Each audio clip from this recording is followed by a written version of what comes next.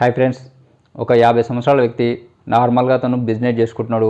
ఆ బిజినెస్లో భాగంగా ఉద్దరి ఇవ్వాల్సి వచ్చింది, అంటే ఆ రూమ్ మీద ఇవ్వాల్సి వచ్చింది. అట్లా ఆ రూమ్ మీద తీసుకున్న వ్యక్తి ఒక టైం చెప్పిండు. ఆ టైంకి ఇవ్వకపోయేసరికి ఇద్దరి మధ్యన గొడవలు స్టార్ట్ అయినాయి. అయితే పైసలు ఇస్తారా అని చెప్పి ఒక ప్లేస్కి పిలిచిన తర్వాత అతన్ని ఇవ్వడం పక్కన పెడితే ఇద్దరి మధ్యన గొడవ జరిగింది. ఆ గొడవ జరిగిన తర్వాత అతన్ని కాళ్ళు చేతులు కట్టేసి కిడ్నాప్ చేసి ఇంకా ఎక్కువ 15 లక్షలు డిమాండ్ చేసిండు. ఆ డిమాండ్ చేసిన తర్వాత మళ్ళీ ఇది ఎక్కడ బయటపడుతుంది అని చెప్పి అతన్ని కిడ్నాప్ చేసి చంపేసిరు. ఈ హత్య కేసు ఒక సంచలనం రేపింది. మనం దీని గురించి ఇప్పుడు తెలుసుకుందాం. మీకు వీడియో ఏమాత్రం నచ్చినా లైక్ చేయండి. మరిన్ని అప్డేట్స్ కోసం ఛానల్ని సబ్స్క్రైబ్ చేసుకోండి. Thank you friends. ఇతని పేరు బొల్లు రమేష్. ఇతను నివసిస్తున్నది కార్ఖానాకు చెందిన విక్రంపురి కాలనీలో నివసిస్తున్నాడు. అతను పాన్ మసాలా వ్యాపారం చేస్తాడు. పాన్ మసాలాలన్నీ సప్లై చేస్తుంటాడు, హోల్సేల్గా సప్లై చేస్తుంటాడు.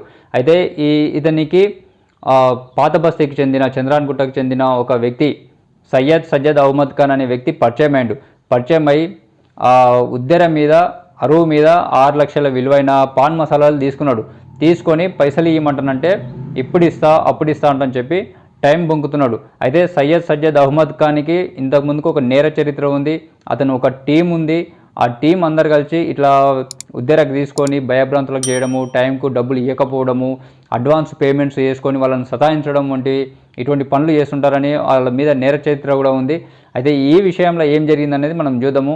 అలా టీం పేరు సయ్యద్ అహ్మద్ ఖాన్తో పాటు ఓబైద్ మిర్జా, పర్వేద్ షరీఫ్, వీళ్ళు నలుగురు కలిసి ఒక టీమ్గా ఏర్పడారు. ఒక రోజు 18th రోజు పైసలు ఇస్తారా అంటని చెప్పి కాచిగూడకు రప్పించారు.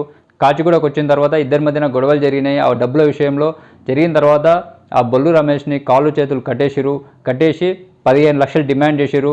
అతను బొల్లు రమేష్ భయపడిపోయి ఫ్రెండ్కు ఫోన్ చేసి 15 లక్షలు వీళ్ళకు ట్రాన్స్ఫర్ చేయించిన తర్వాత వీళ్ళు ఏమనుకున్నారంటే ఇతను బయటికి వదిలిపెడితే దీని గురించి కిడ్నాప్ గురించి ఇట్లా కాళ్ళు చేతులు కట్టేసిన దాని గురించి చెప్తాడేమో, మా మీద మళ్ళీ రివర్స్గా కేసులు అయి పోలీస్ స్టేషన్లకు పోవాల్సి వస్తుందేమో అని చెప్పి భయపడిపోయి ఇది బయటికి రావద్దు అంటని చెప్పి వాళ్ళు ప్లాన్ చేసుకొని అతన్ని కాళ్ళు చేతులు అట్లే కట్టేసి కార్లు వేసుకొని తెలంగాణ ఏపీ బార్డర్లకు అయితే బాగుంటుంది అంటని చెప్పి తెలంగాణ ఏపీ బార్డర్లకు పోయారు. ఖమ్మం సైడ్ పోయారు. బొల్లు రమేష్ యొక్క ఫోన్లని పోతుంటే మార్గ మధ్యంలో హైదరాబాద్లో కోదాడలో ఆ ఖమ్మం సమీపంలో ఇట్లా ఫోన్లను పడేసుకుంటూ పోయారు. ఎందుకంటే పోలీసు వాళ్ళు ఈ సిగ్నల్స్ ద్వారా చేంజ్ చేయకుండా వాళ్ళని కొంచెం డైవర్ట్ చేయడానికంటే అని చెప్పి ఫోన్లను అక్కడోటి పడేసుకుంటూ పోయారు.